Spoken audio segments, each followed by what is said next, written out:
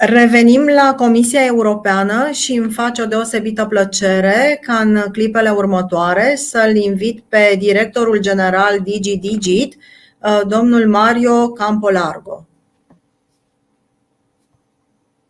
Please, sir. Hello, good morning. I hope that you can hear me.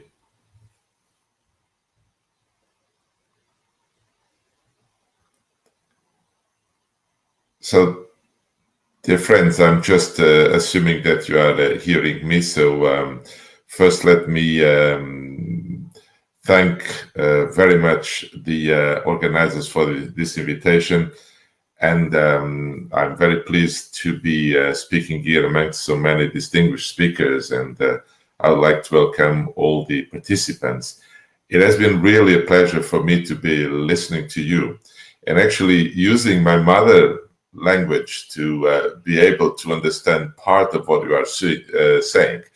The proximity between the Portuguese language and the Romanian language allows me actually to follow to a large extent what you are speaking. Well, today, this is a fantastic conference, and really I'm very honored to, and happy, I would say, to contribute with my reflections to this challenge of building the post-pandemic world. And your conference is very interesting because it talks about a more sustainable, safe, and resilient society. Now, I've seen a lot of contributions from different perspectives. What we would like now would be to bring to that discussion a very particular perspective. I would call it the digital perspective. And given my responsibilities in the Commission, I would like even more to focus my contribution to this reflection on the role of public administrations and our relation to our citizens. So in my short talk, what you will see is that I will focus on the digital transformation of our society and of the public administrations, with a particular focus on the need for our public administrations to have a well-thought digital strategy. And then I'll focus a bit on the innovation aspects, and I will end up my short intervention by focusing on the aspects of European, or in more general terms, interoperability between public administrations and between public administrations and the private sector. So the first thoughts are around this concept of digital strategy. I think that we in the European Commission and most of the public and private organizations went a long way to respond to the pandemics. In our particular case, we have, for example, 4,000 people working remotely, maybe one afternoon per week, and from one day to the other, we went to 35,000 people working remotely. Now, obviously, this has been possible through an amazing work done by our very dedicated teams, like all over Europe and the world.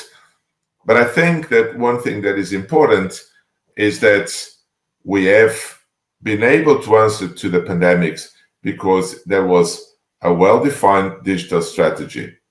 The digital strategy that we had in our own European Commission included the deployment of a very agile digital workplace where people could work already from wherever, whenever they wanted, but also included the introduction, the acceleration of the introduction, for example, of digital signatures.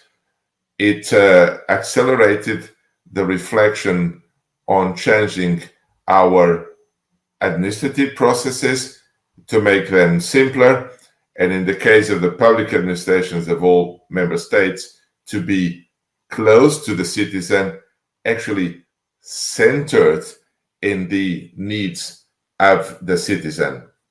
Now, the digital strategy that we have consolidated since 2018 is now important to be reviewed, because we go from a moment of reaction to the pandemic to a moment where we need to be more proactive in terms of the future, building precisely this post-pandemic future. So we are already internally looking how to change, to modify, to build upon our previous digital strategy to have a more ambitious strategy. This has to do with the internal governance, the leadership from our top management. And I draw this as very important. In any organization, in our society, going to digital means that we have the leadership of our top politicians, the leadership of our organization leaders, very much focused on digital, but also investing on people, making sure that people get the digital fluency. In general terms, our society is to get more digitally literate, but above all that, our leadership and the colleagues that have to work daily with the digital tools exhibit a knowledge, a fluency in terms of digital. And then making our organizations, our society more digitally mature. This means that the processes of working together, the process of relating to citizens or clients have to be reconceptualized from a point of view of digital, simplifying the processes, ensuring multi-channel, but where the digital channel gets a certain prominence. And then dealing with the aspects of cloud, for example, dealing with agile procurement. And if you allow me, dealing most importantly with cyber secure perspective. The pandemic showed how vulnerable we are all if we don't have in place cyber security well advanced. And this is a call for all of the leaders and a call for ourselves to make sure that at the same time that we invest in making our organizations more agile, more digital, that we pay enough attention to the aspects of cyber security.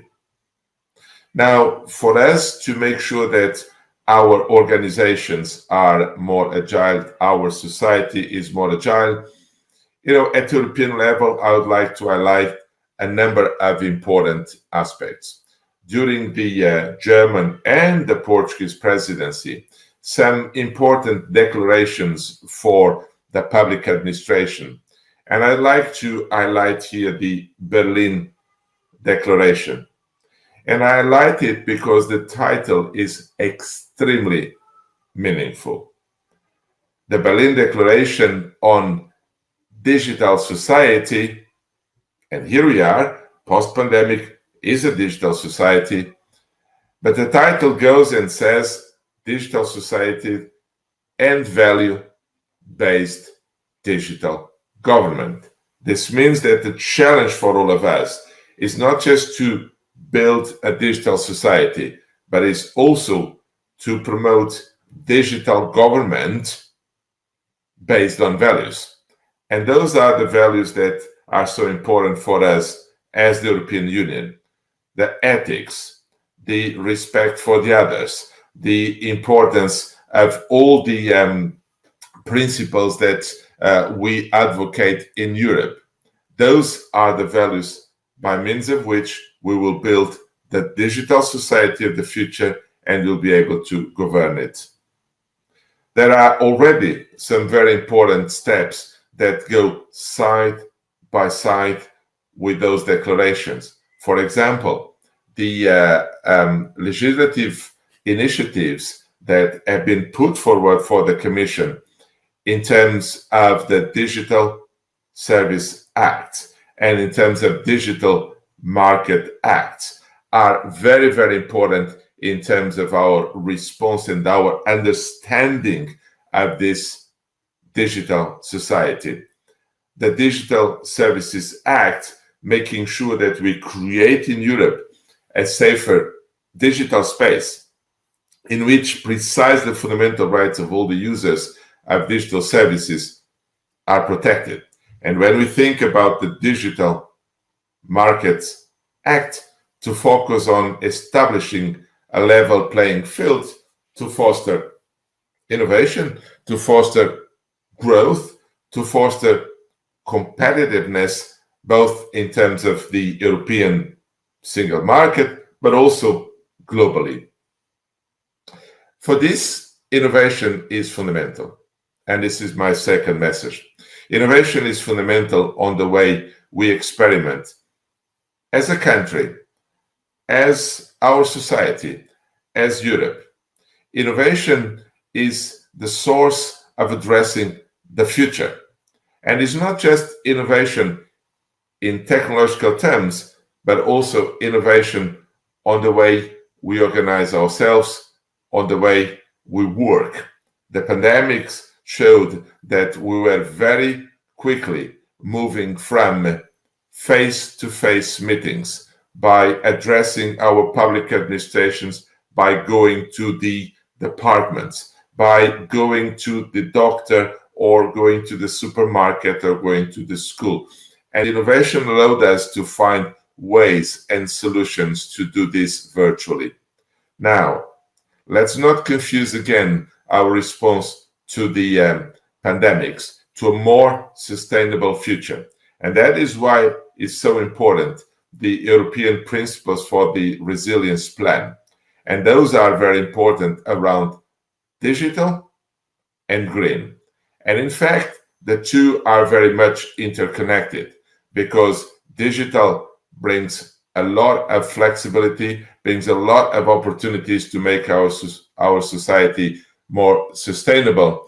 And at the same time, when you think in terms of the sustainability of our society, we challenge the digital to make sure that we are always more ambitious and that we are able to consider the physical world and the virtual world as two dimensions of the same thing, that is the real world where we meet, when we think about the future of our societies, when we think about the future of our cities, when we think that agriculture or commerce or schooling or the management of our infrastructures can be done using the Internet of Things, what we are actually thinking is that we complement the physical world by a layer of virtual worlds, as I like to call, and is called in the academics terms,